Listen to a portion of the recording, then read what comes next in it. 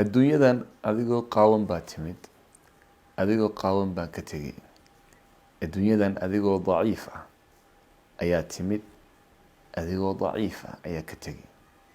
alle subxaanahu watacaala watii uu noo sheegay yidhi wuxuu naga abuuray min dacfin uma jacala min bacdi dacfin quwa.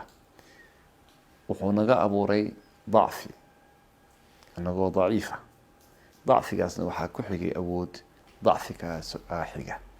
adduunyadan waxaa timid adigoo sabool ah, waxba haysan,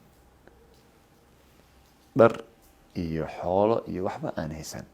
waxaa ka tegi doontaa adigoo waxba haysan oo kafan kugu duuduuban tahay.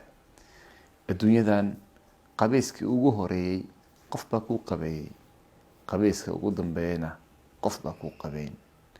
adduunyadu waa intaa, inahaas ayaa u dhexaysaa. waxaa laga abuuray turaab, dhoobaa laga abuuray, ciid baa laga abuuray, ciidna waa lagugu celin.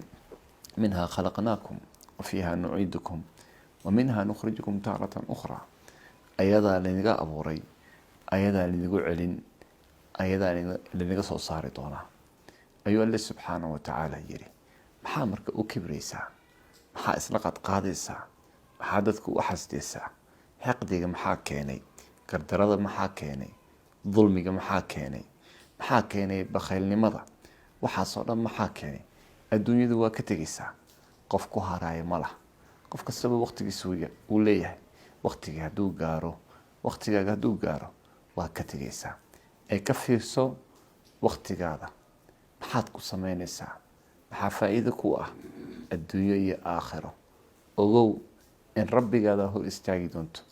wa kulluhum aatiihi yowma alqiyaamati farda. dhammaan rabbigooda ayay u tegi doonaan qof kastoo keli keli ah. aad baa u mahadsantihiin. wassalaamu calaykum waraxmat ullahi wabarakaatu.